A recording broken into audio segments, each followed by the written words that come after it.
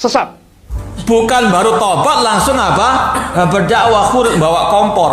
Di mana sesatnya? Jamaah tabligh sesat karena ngajak saya sholat. Berarti kamu tak sholat. Kamu yang sesat. Ingin tahu kita kerisauan kawan-kawan itu dalam dakwah, masuklah ke jamaah tabligh itu. Coba khurut kat 3 hari aja. 3 hari saja. Berani tak kita datang ke rumah orang? Berani tak kita orang sedang mengopi, azan, awak tiba di tempat orang tu? Orang sedang minum kopi tu, orang azan, tiba gitu tu. Assalamualaikum, salam Pak, mohon maaf Pak, orang sedang azan Pak, habiskan kopi, ayo kita ke masjid Pak. Nak kok caranya? Tak ada lah, tak ada orang azan, tinggal kopi tu.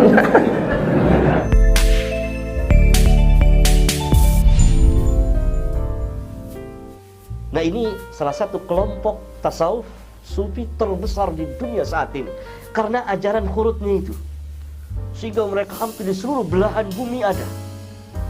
Bahkan ini mencapai ranking pertama firqah sesat terbesar di dunia dalam Islam. Tadinya Ikhwanul Muslimin menempati ranking pertama, kemudian sekarang berganti Jama'atut Tabligh.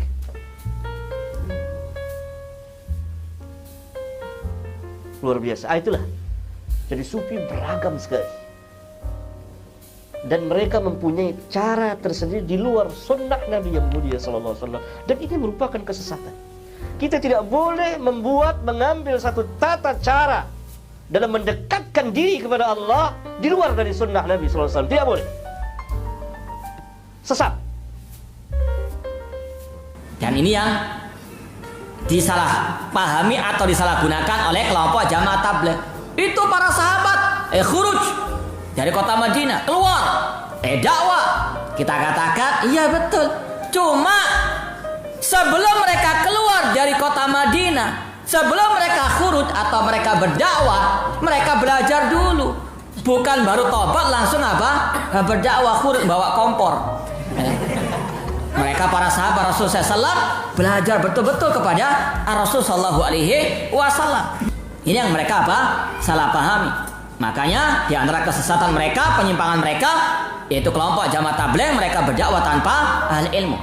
Dan ada yang unik juga, pernah kita lihat di YouTube salah satu mereka, itu syiarnya surat Yusuf ayat 110, cuma dipotong ayatnya.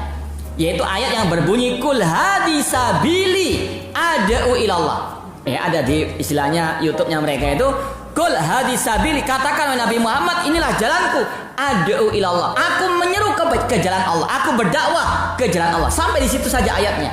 Padahal terusannya apa? Ala basira, itu yang dipakai.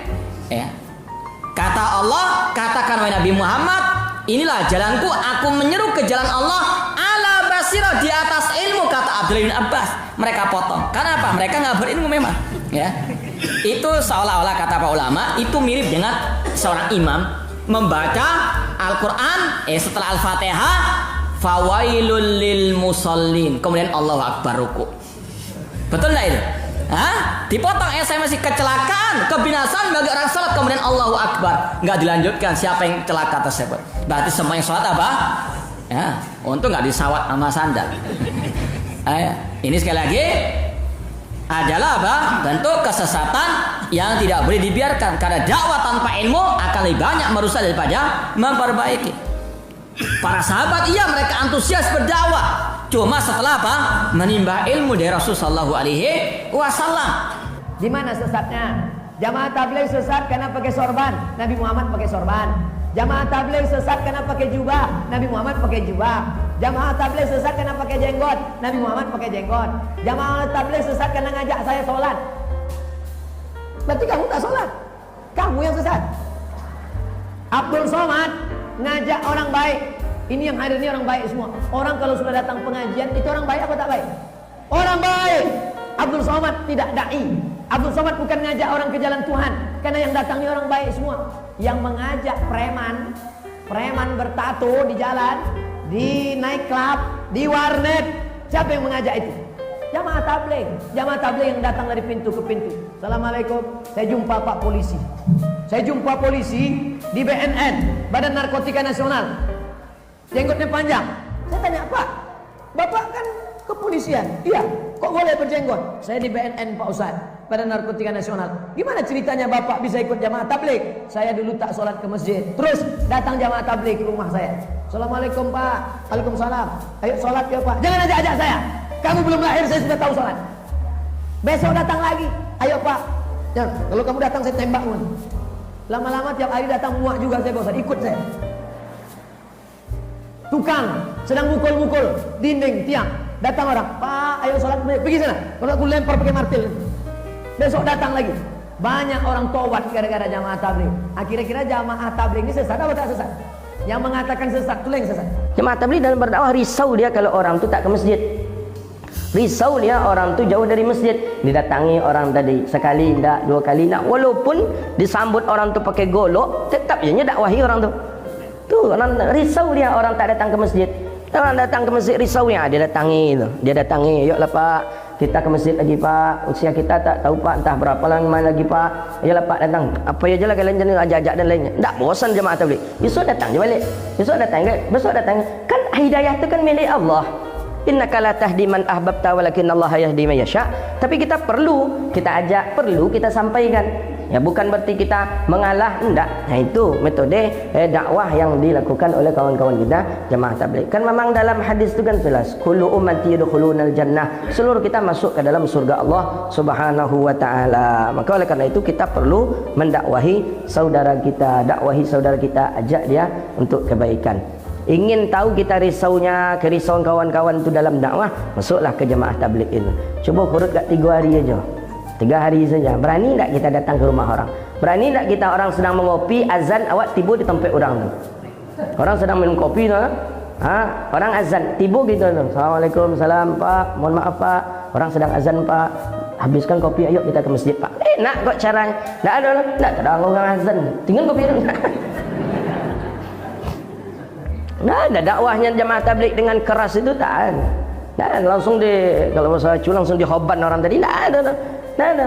Pak, orang sudah azan Pak, yuk kita salat ke masjid Pak. Sambil lewat aja tu sambil ke masjid. Ba'da asar nanti ada jaulah istilahnya. Nanti ba'da maghrib macam tu juga ada bayan di masjid, ada yang jaulah beberapa orang mendatangi menjemput orang-orang yang di pinggir jalan dijemput. Di mana salahnya jemaah tabligh? Cuba tanya ke Wahabi itu jemaah tabligh sesat kata Salafi. Di mana letak sesatnya itu di mana? Terbalik katanya. Apa katanya kata Datuk Nani Bangkinang tu? Terbalik katanya kan? Jemaah terbaliknya mana boleh? Kalau tak ada pergerakan jemaah tabligh, kita justru risau yang mengisi masjid ini siapa?